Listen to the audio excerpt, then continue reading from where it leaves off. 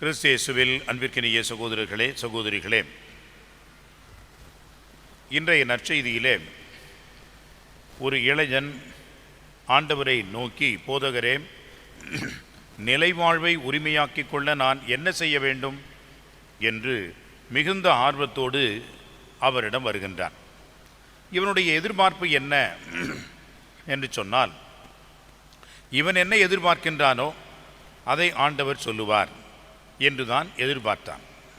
அன்புக்குரியவர்களே, பல நேரங்களிலே இப்பொழுதெல்லாம் அரசியல், அரசாட்சி இதெல்லாம் நடந்து கொண்டிருப்பதே ஜோசியத்தின் அடிப்படையில் தான்.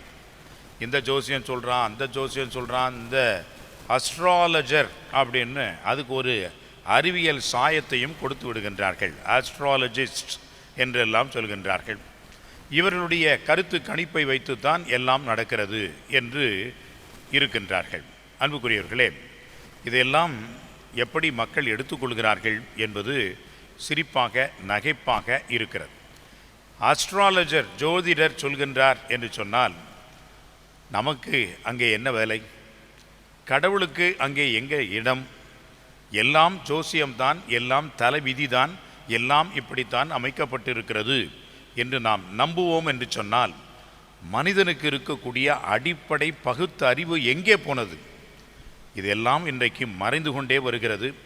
இன்றைக்கு உயர்மட்ட அளவிலே இது போன்ற சூப்பர்ஸ்டிஷன் என்று சொல்லக்கூடிய வகையிலே இந்த மாதிரியான நம்பிக்கைகள் தான் அதிகமாகி கொண்டிருக்கிறது. மக்களும் அதில் தான் மூழ்கி கொண்டிருக்கின்றார்கள். அன்புக்குரியவர்களே, டாஸ்மாக் மூடுவது என்பது ஒரு பக்கம், ஆனால் இந்த மாதிரி மூட பழக்க வழக்கம் திறப்பது என்பது இன்னொரு பக்கம். எனவே நாம் பகுத்தறிவு கொண்டவர்களாக இருக்க வேண்டும். கடவுளுடைய திட்டம் இது என்று நாம் தெளிந்து அதன்படி நடக்கின்ற வாழ்கின்றவர்களாக இருக்க வேண்டுமே ஒழிய ஜோசியக்காரர்கள் பின்பால் சென்று அதன்படி வாழ்கின்றவர்களாக நாம் இருக்கக்கூடாது. ஏன் இந்த ஜோசியக்காரர்களை நான் இப்பொழுது குறிப்பிடுகிறேன் என்று சொன்னால், எந்த ஒரு ஜோசியக்காரனாலும் உண்மையை சொல்வானா? உண்மையை சொல்கிற ஒரே ஆள் யார்? கடவுள் தான். மற்றவர்களெல்லாம் ஏதோ கூட்டி கழித்து கணித்து சொல்வார்கள். அது எப்படியாவது எங்கேயாவது பழித்து விட்டால் நான் சொன்னேன் அப்படின்னு பெருமையாக பேசிக்குவாங்க. 2019ஆம் ஆண்டு எப்படி இருக்கும் என்று ஜனவரி மாதத்திலேயே கணக்கெடுத்தார்கள், கருத்து தெரிவித்தார்கள். ஓஹோ, ஆஹா, பிரம்மாண்டம் பிரம்மாண்டம் அப்படின்லாம் சொன்னாங்க. கடைசியாக ஜூலை மாதத்திலேயே அது அபாண்டமாக போய்விடுச்சு.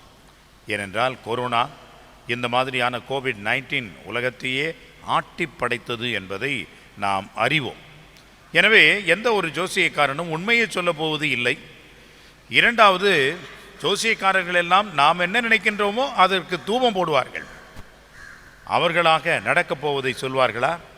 அன்புக்குரியவர்களே, கிடையாது. அதுபோன்றுதான் இந்த மனிதனும் ஆண்டவரிடம் சென்றிருக்கின்றான். நான் நிலை வாழ்வு பெற வேண்டும், நான் என்ன செய்ய வேண்டும்? உடனடியாக அந்த மனிதனுக்கு ஏற்ற பதிலை அவன் தேடுகின்றான். ஆண்டவர் சொல்கின்றார், ஒரு சாதாரண மனிதன் என்னென்னலாம் செய்யக்கூடாதோ அதெல்லாம் ஆண்டவர் சொல்கிறார். இதுதான் கட்டளை, இதை கடைபிடி. அன்புக்குரியவர்களே, இது எதிர்மறையாக நல்லவர்களாக நாம் வாழ்வது. ஒரு சில நேரங்களிலே பாருங்கள், ஓ அந்த ஃபாதரா, அவர் கரெக்டாக இருப்பார்யா, அவர் ரொம்ப கச்சிதமாக இருப்பார்யா, அவர் ஒரு காசு கூட செலவு பண்ணாத சேர்த்து வைப்பார்யா, அப்படி இப்படிலாம் சொல்லுவோம். ஏழை எளியவர்களுக்கு இல்லாத ஒரு காசு சேர்த்து வைத்து என்ன பிரயோஜனம்? யார் அதை சாப்பிட போகிறார்கள்? ஆண்டவராக சாப்பிட போகின்றார். அவருக்கு அந்த காசு பணம் தேவை. வாருங்கள் என் தந்தையின் ஆசி பெற்றவர்களே, இதையெல்லாம் நீங்கள் செய்தீர்கள் என்று ஆசீர்வாதத்தை பெறுவது சேர்த்து வைப்பதிலே இல்லை. மாறாக ஏழை எளியவர்களுக்கு தேவையானவர்களுக்கு கொடுப்பதில்தான் உண்மையான ஈகை குணம், உண்மையான தன்மை என்பது, இறைவனுடைய எதிர்பார்ப்பு என்பது இருக்கிறது. எனவே இந்த மனிதன் எல்லாவற்றையும் சேர்த்து வைத்து கொண்டு வந்து இந்த கேள்வியை கேட்கின்றார். எனவே அவர் இதை செய்ய மாட்டார், அப்படிலாம் போக மாட்டார், இப்படிலாம் இருக்க மாட்டார் அப்படின்னு. சரி, என்னதான் செஞ்சார்? அவர் செய்வதில் தான் உண்மையான புனிதம் இருக்கிறது. செய்யாததில் ஒன்றும் பெரிய புனிதம் கிடையாது. அன்புக்குரியவர்களே, என்ன செய்கின்றோம், நேர்மறையாக என்ன செய்கின்றோம், அதுதான் ஆண்டவர் அங்கே சுட்டி காட்டுகின்றார். நீ என்ன செய்யணும் அப்படின்னா, உனக்கு உள்ளதையெல்லாம் விற்றுவிட்டு ஏழைகளுக்கு கொடுத்து விட்டு வா என்று சொன்னார். அன்புக்குரியவர்களே, அந்த மனிதன், அந்த இளைஞன் ஆண்டவரை விட்டுவிட்டு போனான். போனவன் தான், திரும்பி வரவே இல்லை. முகவாட்டத்தோடு போனான். காரணம், அவன் எதிர்த்த அந்த ஜோசிய குறிகள் எல்லாம் ஆண்டவர் சொல்லலையே. அவனை போட்டு ஒரு உலுக்கிட்டார். போய் எல்லாவற்றையும் விட்டு வா அப்படின்னா யார் செய்வாங்க அந்த வேலையெல்லாம்? எனவே முகவாட்டத்தோடு அவன் போயிட்டான், திரும்பி வரவே இல்லை. ஆண்டவர் இயேசுவை பின்பற்ற வேண்டுமென்றால் சவாலான ஒரு வாழ்வு, அது சாதாரணமான ஒரு வாழ்வு அல்ல. இன்றைய உலகத்திலே நாம் என்ன பார்க்கின்றோம்? சவாலுக்கு யாரும் தயாராக இல்லை. சாதாரணமாக இருப்பதற்குத்தான் எல்லோரும் தயாராக இருக்கிறார்கள். பலவிதமான பகட்டு, ஆடம்பரம், கவர்ச்சி, ஆட்டம் பாட்டம் இதில் தான் இருக்கிறதே ஒழிய உண்மையான வளர்ச்சி, உண்மையான கருத்தியல், உண்மையான கொள்கை பிடிப்பு இதிலெல்லாம் ஒன்றும் இல்லை. மியூசிக்கல் சேர் மாதிரி மாறி மாறி ஓடிட்டு அவர்களுடன் தங்களுடைய புகழ்ச்சிக்கும் தங்களுடைய பெருமைக்கும் தங்களுடைய இடத்திற்குமாகத்தான் அலைகிறார்களே ஒழிய மக்களை அவர் கவனிக்கிறார்கள். மக்களுக்காக யார் இருக்கிறார்கள்? யாரும் இல்லை. அந்த வகையிலே தான் அன்புக்குரியவர்களே, இந்த மனிதன் தனக்காகவே இருந்தான். எனவே எதையும் கொடுப்பதற்கு அவனுக்கு தயாராக இல்லை, அவன் மனம் முன் வரவில்லை. அன்புக்குரியவர்களே, குருக்கள் ஆவதற்கு முன்பாக எத்தனை ஆண்டுகள் பயிற்சி பாருங்கள். 7 ஆண்டுகள், முன்பெல்லாம் 8 ஆண்டுகள், இப்பொழுது ஒரு ஆண்டை குறைத்து விட்டார்கள். ஏன் குறைத்தார்கள் தெரியவில்லை.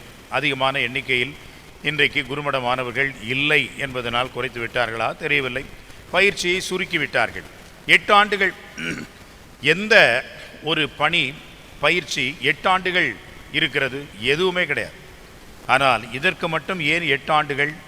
முதலிலே தன்னையே ஆய்ந்து அறிய வேண்டும். இந்த வேலைக்கு நான் தகுதியான ஆளா? இந்த வேலையை என்னால் செய்ய முடியுமா? இந்த மனத்துறவு வாழ்க்கையை நான் கடைபிடிக்க முடியுமா என்றெல்லாம் எங்களையே சுய ஆய்வு செய்து அறிந்து தெளிந்து ஒரு முடிவெடுக்கின்ற அந்த ஒரு காரணத்திற்காகத்தான் இத்தனை ஆண்டுகள் பயிற்சி. எனவே இத்தனை ஆண்டுகள் கழித்து வந்து மக்களுக்காக பணி செய்வது என்பதுதான் உண்மையான குருத்துவம், உண்மையான அழைப்பு. இந்த ஒரு அழைப்பைத்தான் அன்புக்குரியவர்களே எல்லோருக்கும் ஆண்டவர் கொடுக்கின்றார். இயேசுவை பின்தொடர்கின்ற சீடத்துவ வாழ்வு என்பது ஒரு சாதாரண வாழ்வு அல்ல. நம்மையே இழந்து துறந்து இறைவனை முழுமையாக பின்பற்றக்கூடிய ஒரு வாழ்வு என்பதுதான் இறைவனுடைய அந்த சீடத்துவ வாழ்வு. நாம் எதிர்பார்க்கின்றது போன்று இறைவன் இருப்பார், செயல்படுவார், சொல்லுவார் என்று நினைக்கவே கூடாது. இறைவன் என்னை எதிர்பார்க்கின்றாரோ அதுதான் நடக்கும், அதுதான் நாம் செய்ய வேண்டும்.